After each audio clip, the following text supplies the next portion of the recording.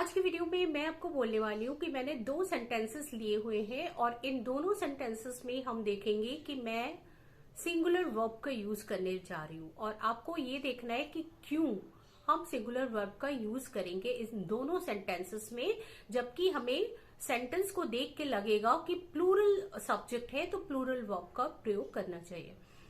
तो मैंने बोला first sentence, each player was happy.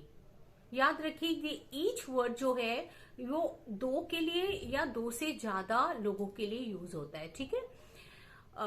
तो यानी प्रत्येक, हिंदी में कहेंगे प्रत्येक। तो सेंटेंस मेरा बना ईच प्लेयर वॉज हैप्पी, ठीक है, ये पहला सेंटेंस है।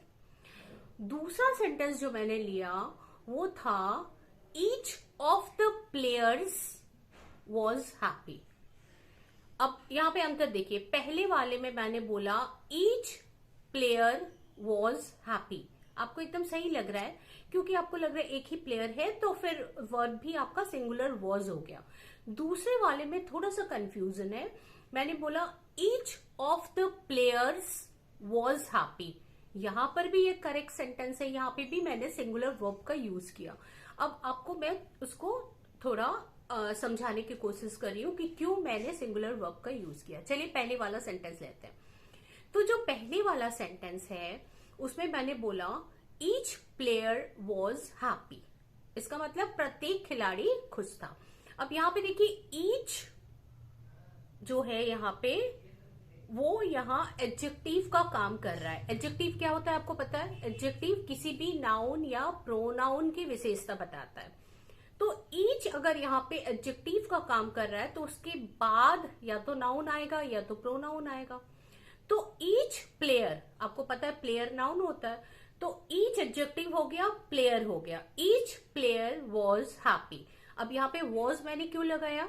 वॉज मैंने लगाया क्योंकि प्लेयर आपका सिंगुलर है और एक सिंगुलर नाउन के पहले ईच एक एडजेक्टिव आके उसको डिस्क्राइब कर रहा है। तो सेंटेंस एकदम बहुत ही सिंपल सा कंप्लीट सेंटेंस है।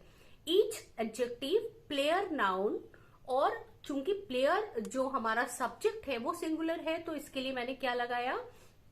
एक सिंगुलर वर्ब लगाया, was. Each player was happy, तो ये करेक्ट हो गया। अब दूसरा वाला सेंटेंस देखिए, each of the players was happy. अब यहां पे जो ईच है वो एडजेक्टिव नहीं है, क्योंकि ईच अगर एडजेक्टिव होता तो तुरंत उसके बाद कोई नाउन या प्रोनाउन आता, लेकिन यहां तो ऑफ आ रहा है ना, प्रेपोजिशन।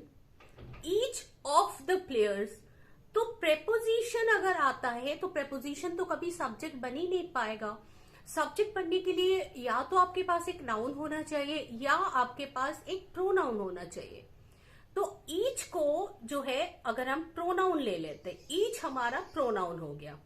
ईच, उसके बाद ईच हमारा प्रोनाउन है जो कि सब्जेक्ट बन गया। ईच के बाद हमारा आता है of the players. Of preposition है और प्रेपोजिशन अपने बाद हमेशा एक नाउन लेता है, तो यहां पे प्लेयर्स प्लूरल है, ऑफ द प्लेयर्स, लेकिन प्लेयर्स यहां हमारा सब्जेक्ट नहीं है, याद रखिए मेरी बात को। प्लेयर्स यहां प्रेपोजिशन ऑफ का सब्जेक्ट है, सॉरी प्रेपोजिशन ऑफ का ऑब्जेक्ट है, ठीक है। तो ऑफ द प्लेयर वाला भाग जो है हमारा सब्जेक्ट नहीं बन रहा है।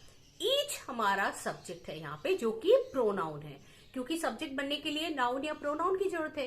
तो each of the player was happy. अब यह वॉज जो सिंगुलर है वो किसके लिए आया है? वॉज जो यहाँ पे सिंगुलर है वो तो ईच के लिए आया है ना।